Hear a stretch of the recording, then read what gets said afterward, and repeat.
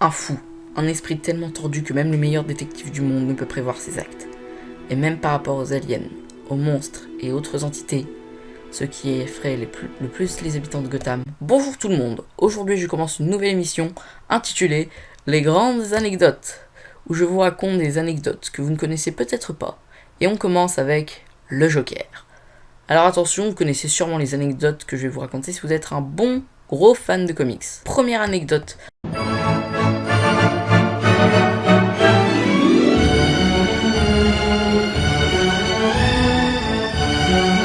Le Joker était supposé mourir dès sa première apparition.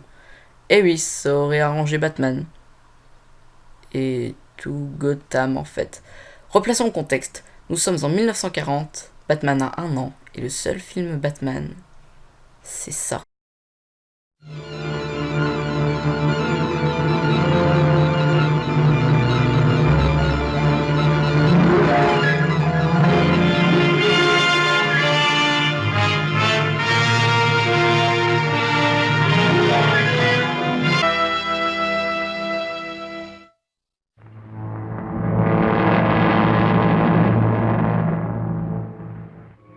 High atop one of the hills which ring the teeming metropolis of Gotham City, a large house rears its bulk against the dark sky. Outwardly, there's nothing to distinguish this house from many others.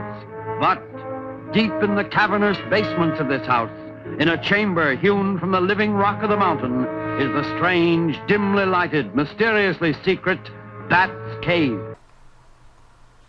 Ouais, ça défonce. C'est alors que naît la première série de comics dédiée à Batman. Et pour le premier numéro, les scénaristes ont imaginé un méchant haut en couleur inspiré de L'Homme qui rit, du film L'Homme qui rit, adapté du roman L'Homme qui rit de Victor Hugo, un roman français, vive la France. Dans cette histoire, le Joker annonce ses meurtres à la radio, mais à la fin de celle-ci, il devait mourir de sa propre toxine, la toxine Joker.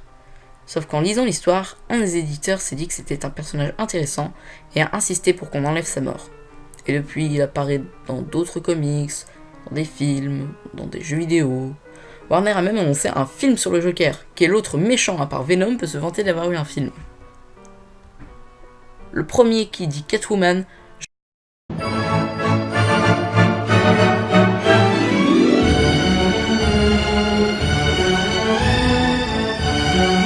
Anecdote numéro 2. Le Joker a déjà éprouvé des remords. Le Joker est un personnage qui ne regrette rien de ce qu'il a fait, affichant un sourire permanent. Mais dans les numéros 142 à 145 de la série Legend of the Dark Knight, Ra's al Ghul veut détruire l'humanité qu'il considère comme étant obsolète. Il engage donc le Joker pour éliminer Batman et pour lui fabriquer une toxine qui l'aidera dans son plan et qui lui permettra de tuer 5 milliards d'êtres humains. Mais il se rend vite compte que le Joker est inutile et beaucoup trop instable pour son plan. Alors il le tue et le Joker meurt. Mais Batman arrive sur les lieux du crime et trouve le corps du Joker. Mais le Joker a des infos sur le plan de Ra's, et c'est l'humanité qui est en jeu là. Alors il plonge le Joker dans un puits de Lazare, la substance qui permet à Ra's de vivre éternellement, pour le ressusciter. Sauf que normalement, quand on va dans un puits de Lazare, on en ressort fou pendant 1 minute. Eh bien le Joker, puisqu'il est déjà fou, est devenu normal pendant 1 minute, et il a regretté tout ce qu'il a fait, tous ses meurtres et tous ses crimes, y compris.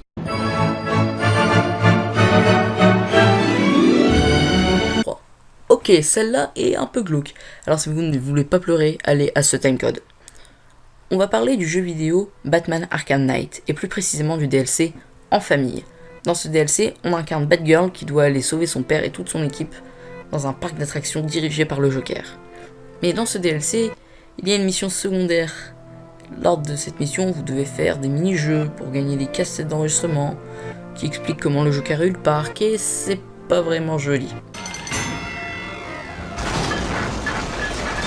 Ma chère Cathy, tu n'imagines pas à quel point je suis heureux que tu puisses voir le parc avant son ouverture officielle au public. Sache que tout ce que tu vois autour de toi est le fruit de nos conversations à l'hôpital. Papa t'a bien écouté, et il s'est servi de tes dessins pour trouver son inspiration. Quand je les ai montrés à mon ami le docteur Quinzel, elle m'a dit que tu étais une petite fille très douée, et que j'étais un papa chanceux. Elle a bien raison. Je comprendras peut-être pas, mais ce qui nous est arrivé, ce qui t'est arrivé, a bouleversé ma vie. Même le docteur Quinzel dit que je suis plus épanoui et plus présent depuis que j'ai arrêté de travailler pour m'occuper de toi.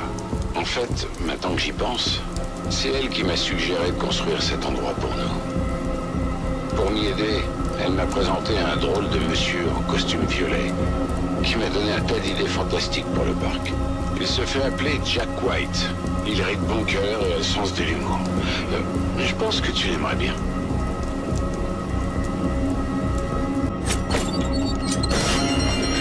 Ça a été quand les médecins m'ont annoncé qu'ils ne pouvaient plus rien faire pour toi et que tu étais condamné à mourir. Heureusement, Jack nous a présenté au docteur Penelope Young, qui a fait pour toi ce que la médecine traditionnelle ne pouvait pas faire. C'est grâce à son traitement spécial que tu es encore parmi nous. J'ai remercié 1000 fois Jack pour sa recommandation. Je lui ai même offert une nouvelle garde-robe. Mais il m'a dit que sa tenue lui convenait parfaitement et n'a pas semblé apprécier plus que ça ma démarche. J'espère que je ne l'ai pas contrarié après ce qu'il a fait pour nous. Tu sais, ça n'a pas été facile de bâtir et d'ouvrir ce parc. Les inspecteurs voulaient nous faire fermer. Alors je ne sais quel miracle, Jack leur a fait changer d'avis. Pour le remercier, je lui ai offert un nouveau costume violet que j'ai fait venir d'Italie. Mais il m'a dit qu'il était mauve et qu'il portait que du violet, parce que le violet l'aide à garder les idées claires. Je crois que ton papa ne sait pas faire la différence entre du mauve et du violet. Quoi qu'il en soit, j'aimerais trouver quelque chose à offrir à Jack en remerciement de tout ce qu'il a fait pour nous. Cathy nous a quittés avant de pouvoir voir le parc. Jack m'a dit que c'était ma faute, que je n'aurais jamais dû la faire admettre au Gotham général. Comment aurais-je pu savoir?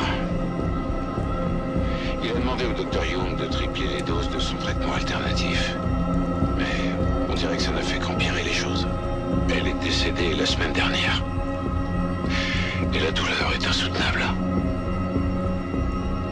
D'après le docteur Quinzel, ça ne va pas s'arranger.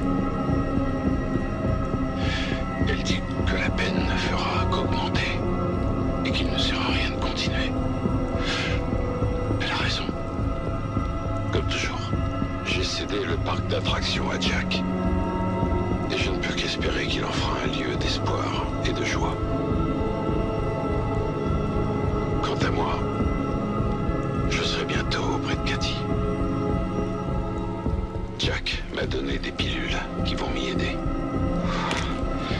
Il me dit que c'est indolore.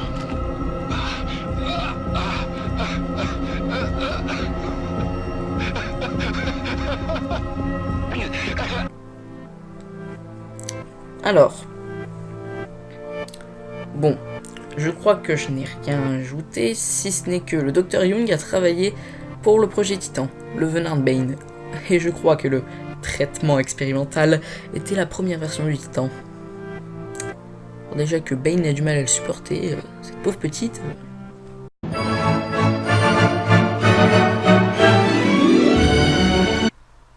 Anecdote numéro 4. Recoucou à ceux qui nous avaient quittés en fait. Recoucou les gens. Dans le numéro 42 de Justice League, Batman s'est assis sur la chaise du dieu de la connaissance. Et il est donc devenu un dieu à son tour. Oui, Batman est un dieu. Ça te pose un problème. Il pouvait alors poser n'importe quelle question à la chaise, et elle lui répondrait juste. Mais Batman, il veut savoir si ça marche vraiment. Donc il pose une première question à la chaise. Qui a tué les parents de Bruce Wayne? La chaise lui répond Joe Chill. C'est juste, dit Batman. Et là, il demande à la chaise le plus grand mystère de toute l'histoire des comics. Qui est le Joker? Et là, la chaise lui répond. Comme un coup, 20.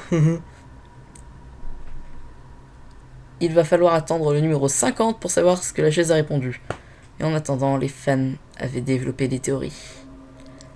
Aïe. Alors le Joker de Batman, alors le Joker c'est Alfred. Le Joker c'est le créateur de Gotham, qui est mort depuis 120 ans. Et finalement, le numéro 50 est sorti. Et verdict, qui est le Joker? La chaise lui a répondu qu'il n'existait pas un, mais 3 Jokers. Alors forcément, une fois comme ça attire les rageux. Vous auriez préféré quoi? Qu'il donne un nom comme ça?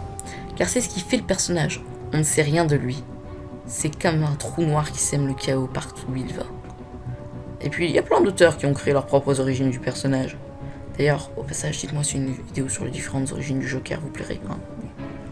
En attendant, je vous souhaite une bonne journée, car une mauvaise journée peut rendre fou l'homme le plus équilibré qui soit. Bye!